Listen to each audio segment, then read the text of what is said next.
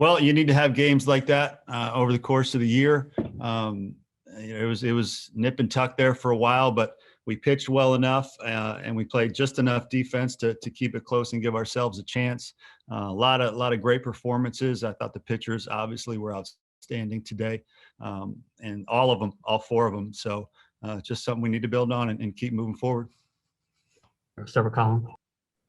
Yeah, Mark, I think your bullpen gave up no runs in 5 2/3. Just how pleased are you with the guys you're trotting out of the bullpen, and how good did they look today in your eyes?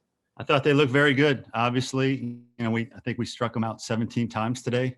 It's hard to do. So we feel good about our depth out there. We feel good about our talent out there. So it's just a matter of continuing to put them in situations we think they can be successful. I thought the freshman Leansman today looked really comfortable, and he was another guy up to 95 for his first outing in college baseball. That was a tighter situation than the other freshmen had to do for their first inning. So I thought Leansman did a really nice job with power stuff, showed composure in a very tight ball game. Joe Gorcha.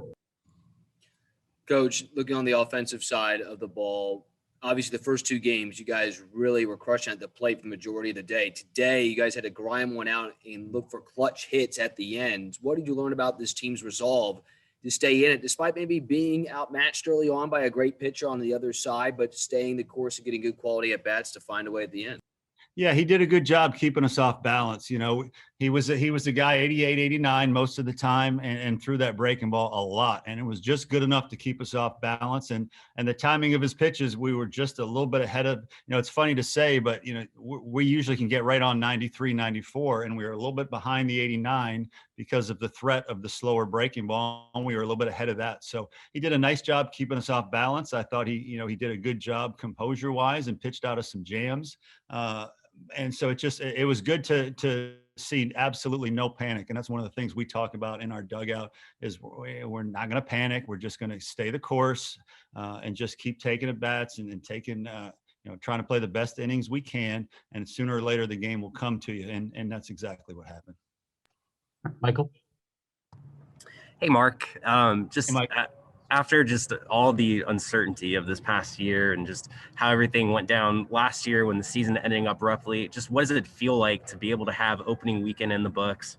Not only, you have a sweep, you got it in the books, you got it done. Just what does it felt like? Does it feel like almost a normal opening day weekend, or just how does it sort of compare? Yeah, it's pretty close. It feels pretty close to normal. The one thing it's still not completely normal is the crowd is not what it would normally be. So they would have been a lot louder there when we were rallying in the eighth, but the people that were there did a great job of creating some energy for us. And now it's a chance to exhale a little bit. It was 9 months getting to this weekend. We had a good weekend. We're 3-0, and now it's a chance to exhale a little bit, take stock, and then continue to push forward. Go with Jack from the other Gamecock.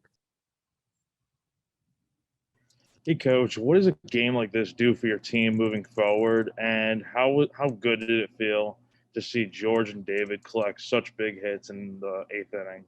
Yeah, it's again, our goal every day, cliche wise, is we're going to try to go 1-0, and we did that today. So that's, again, it's something to build on. It's something to put in the bank, and you move on. It was good to see a good veteran at bat from George Khalil. He's been here a while now, and I don't know that he could have done that a couple years ago when he first got here. He battled. He's made some adjustments. He's stronger, and he found a way to get that ball just inside the line in right field with 2 strikes, and it was a very impactful time. And then Mendham, obviously, outside of the first few at bats on opening night when he was trying to do a little bit too much, has taken really good at bats and big at bats for us. So all positive things for us.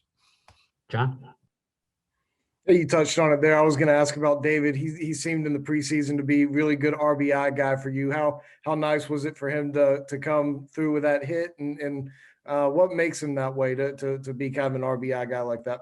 He seems to be a gamer, John. He just really does. He loves to play. He loves to talk the game. He loves to work on it. He loves to ask questions about the nuances of the game. He's the kid that loves baseball. And, he almost missed a grand slam earlier in the game. He just missed that ball that was a sac fly with the bases loaded. It was really close to being a grand slam as well. So to me, he's just a guy that's a good hitter that loves to play, and he seems to really embrace those big moments. Go with Joe. Coach, I'm curious, what were your conversations like with Wes coming into opening weekend? So much is expected of him, just given the type of year he had last year and his offseason, and he comes in and delivers opening weekend. What is it about his demeanor, his mindset, that a guy with all those expectations can still handle it and perform well at the plate? Well, he's just a good hitter, Joe. I mean, he's a good player. He's best when he's relaxed and having fun. So there's no talk of you have to carry the load, because I don't think he does have to carry the load. I think he's a big piece of the puzzle, but he just needs to have fun and do what he does. He's a really good hitter, but he's also surrounded by some really good hitters. So for him, the goal is take quality at bats, have fun while you're doing it, and then let the chips fall. Colin? Hey, Mark, did you see what you wanted to from your team on the field this weekend? And did you maybe learn some things that you didn't know heading into opening weekend for you guys? Yeah, I mean, obviously the goal was to have this type of weekend where you look up going into Monday and you're 3-0. So that was, check that box. Wanted to see some quality starting pitching, and I think we saw that for the most part. Let's not let's not miss the fact that Bosnick had 9 strikeouts in 3 1/3 innings. I mean, he was dealing with a blister, so that's why he came out of the game. It started to bother him just a little bit more there in that inning when he walked some guys. But 9 strikeouts in 3 innings, that's pretty impressive. So I definitely, wanted to see a high level of starting pitching. Our bullpen was outstanding all weekend, and you saw quality, talented arms, and they handled their roles. So it's a lot of things to build on, but we're not perfect yet. A couple plays that I think we should have made today, or Burgess probably shouldn't have made that throw, but he'll learn from that. And George probably should have come to get that ball that he made the error on the capper. But those are things you learn from, and you hope they don't cost you games. And today they didn't, and you learn from it, adjust, and move on. And do you know who you're going to start on Tuesday against Winthrop? We're going to talk about it as a staff, and then we'll announce that probably in the next 24 to 36 hours, I would guess. John? 2 for you. First, Daniel Lloyd coming in that situation. What did you see out of him there? Yeah, he did a great job. 3 strikeouts, 2 2/3. The one hit there that he gave up to, I think it was the first guy he faced, and then really settled down.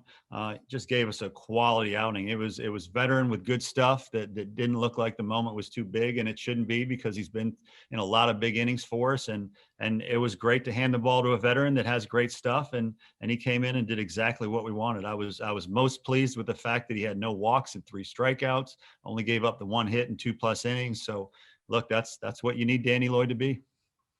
And a minor point, out of curiosity's sake, you and Dayton's coach were both out on the field at one point after Colin Burgess got a hit. What was the conversation there?